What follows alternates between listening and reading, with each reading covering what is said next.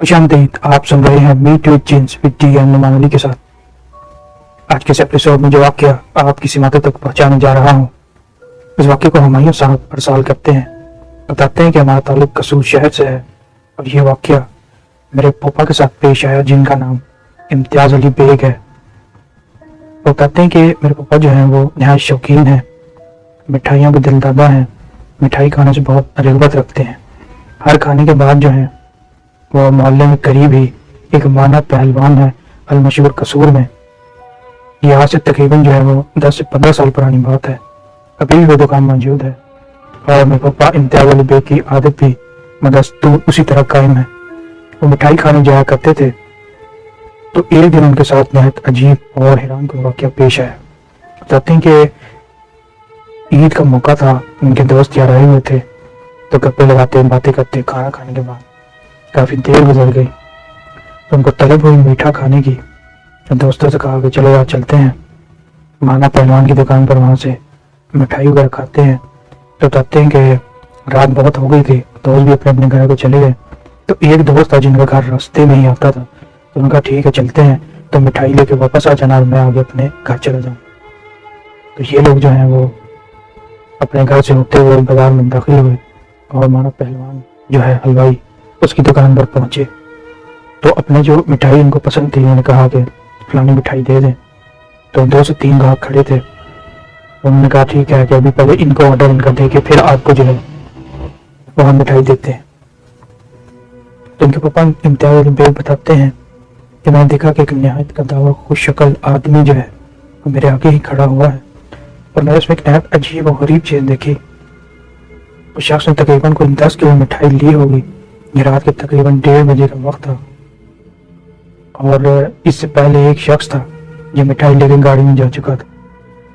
बताते हैं कि वो शख्स जो है वो मेरे करीब आया, इसने मुझसे मुसाफा किया और मुझे खींच के थोड़ा सा अपनी तरफ को किया और कहने लगा कि आपने जो कुछ देखा है वो बिल्कुल ठीक देखा है, पर इससे किसी का जिक्र ना कीजिएगा इस बात का कि यहाँ पर मौजूद लोग डर जाएंगे, इनके दिल में खौफ मुब्तला होगा और फिर शायद मैं भी कभी यहाँ पर ना आ सकूं मिठाई लेने।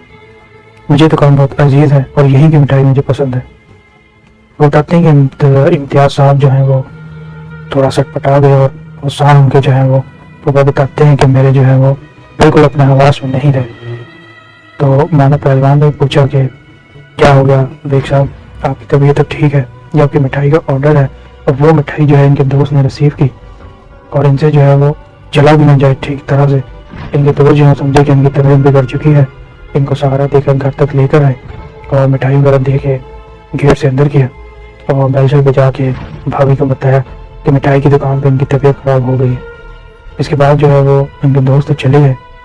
इम्तियाज अली बेग इनके पापा बताते हैं कि जब इनके पापा से इस बाबत पूछा कि ऐसा क्या माजरा पेश आया वहाँ मिठाई की दुकान पे, अचानक से आपकी तबीयत खराब हो गई। तो उन्होंने बताया कि मैंने एक नहायत खुश शक्ल नौजवान को देखा तो कम से कम 10 किलो मिठाई उसने खरीदी।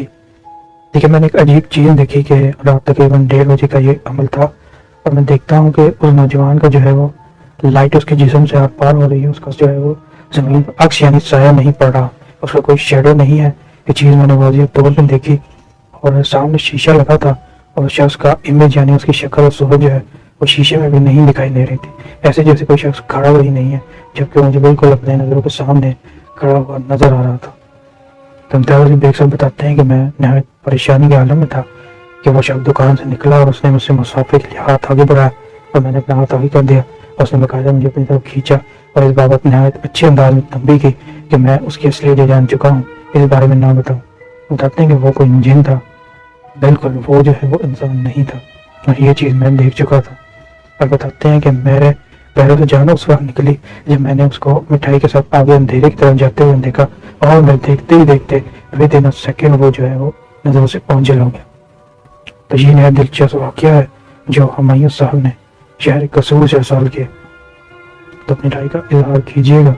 अगर आपकी याददाश्तों में कोई वाक़या है जो आप लोग शेयर करना चाहते हैं तो वॉइस टेप बना के मेरे दिए गए व्हाट्सएप नंबर पर अरसाल कीजिए। सुनते रहिए मीट विद जिन्स।